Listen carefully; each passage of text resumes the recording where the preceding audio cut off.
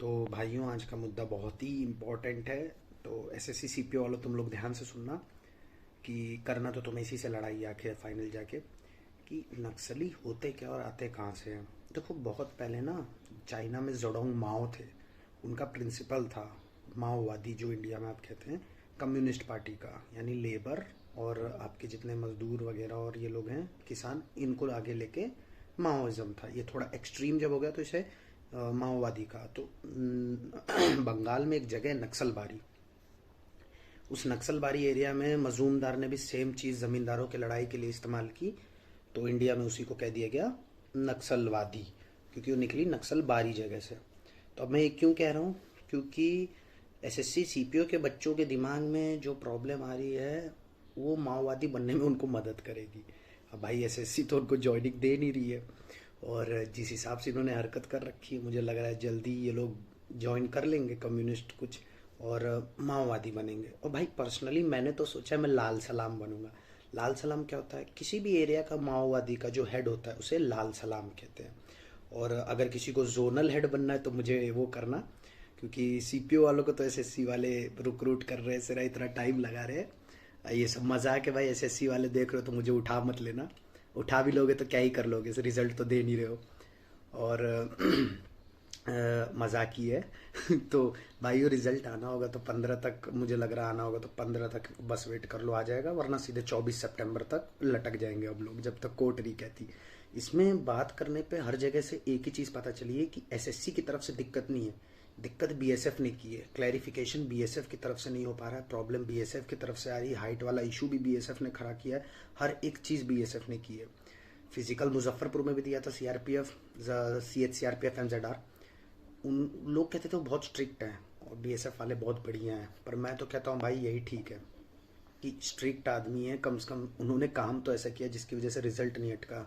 ठीक है, ठीक है, वो लोग स्ट्रिक्ट थे भाई, कम से कम उनसे ये तो नहीं प्रॉब्लम उन्होंने खड़ी करवाई थी यार बच्चों को, मतलब इतना झेलना पड़ जाए यार। जब तुम लोगों को पता है कि हाइट 170 के नीचे नहीं लेना था, तो तुमने एक तरफ इनको ले भी लिया और मेन से पहले इनको तुमने अनफिट डिक्लेयर कर दिया। ये बच्चे अपनी जगह सही हैं भाई, इनका लीगल राइट है, हमारे साथ भी होता तो हम भी करते। मुजफ्फरपुर में कम से कम बहुत स्ट्रिक्ट थे, मानता हूँ, सुबह से शाम लगा, पर ये गलती उन्होंने नहीं की जिसकी वजह से रिजल्ट और ये फिजिकल का कुछ अटके। और माओवादी के बारे में भाई ज़्यादा सोच के सीरियस मत होना, नहीं तो कल को मुझे उठा के ले जाएंगे सीडिशन में, तुम लोग बोलोगे कि मैंने भड़काया था। वो तो ऐसी एक नॉलेज दे रहा था कि व्हाट इज़ माओइज्म।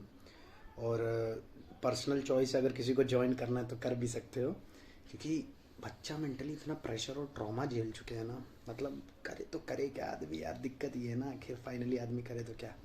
अगला सीपीओ आ रहा है, मैं तो कह रहा हूँ उसके प्रीलिम्स की भी तैयारी शुरू कर दो, क्योंकि किसी ने कुछ देखा नहीं है कल को क्या होना है।